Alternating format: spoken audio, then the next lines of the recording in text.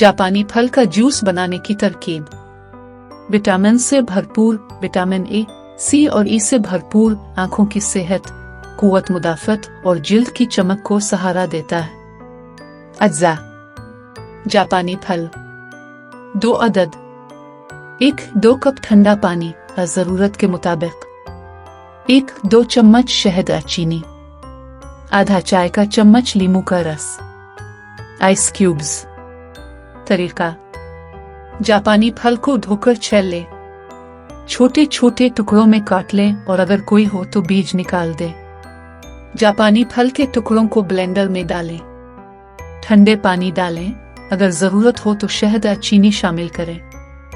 हमवार और क्रीमी होने तक ब्लेंड करें। अगर आप हमवार साख्त को तरजीह देते हैं तो जूस को छान लें, एक बारीक स्ट्रेनर का इस्तेमाल करते हुए। आइस क्यूब्स के साथ बगैर ठंडा सर्व करें। मिठास को मुतवाज़िन करने के लिए 1 नींबू का रस शामिल करें। अगर आप बहुत पके हुए जापानी फल का इस्तेमाल करते हैं तो रस कुदरती तौर पर मीठा होगा, लिहाजा आपको इजाफी चीनी की जरूरत नहीं हो सकती। जूस को ब्लेंड करने के फौरन बाद पी लें ताकि विटामिन ज़ाय ना हो।